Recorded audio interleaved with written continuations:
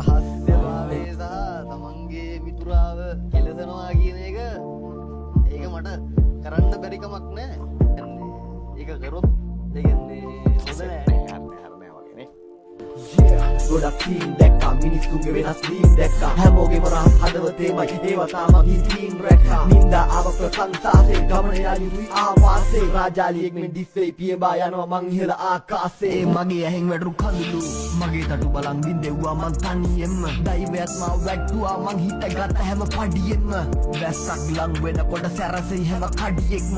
අත්දැකින් බහුල වෙද්දි දැනෙයි දේවල් කලියෙන්ම තාත්තා මගේ යාඥා වුණා මගේ අයියා මගේ තාත්තා වුණා දෛවයේ එක්කලා රණ්ඩු කරපු මං මගේ ගමනාන්තේ සාක්ෂාත් වුණා දිරාපත් වෙවි කය නම් ගමනක් නෑ කුහක වෙන අය නම් මාත් එක්ක මුළු ගමක් ඉන්නවා ගෑවිලවත් නෑ බය නම්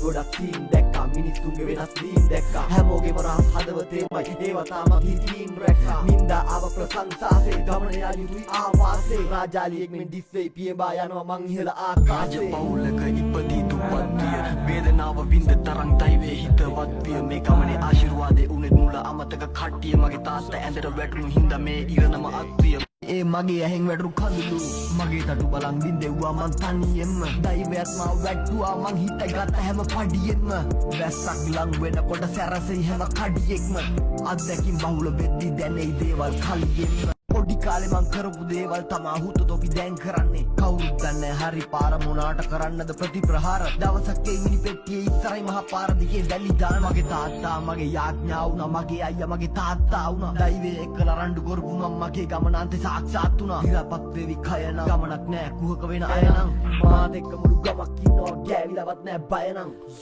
ගොඩක් සීන් දැක්කා මිනිස්සුන්ගේ වෙනස් වීම් දැක්කා හැමෝගෙම රහස් හදවතේමයි ඒවා තාමත් හිතින් රැක්කා නින්දා ආව ප්‍රශංසාසේ ගමන යලිරුයි ආවාසේ රාජාලියෙක් මෙන් දිස්සේ පියඹා යනවා මං ඉහළ ආකාසේ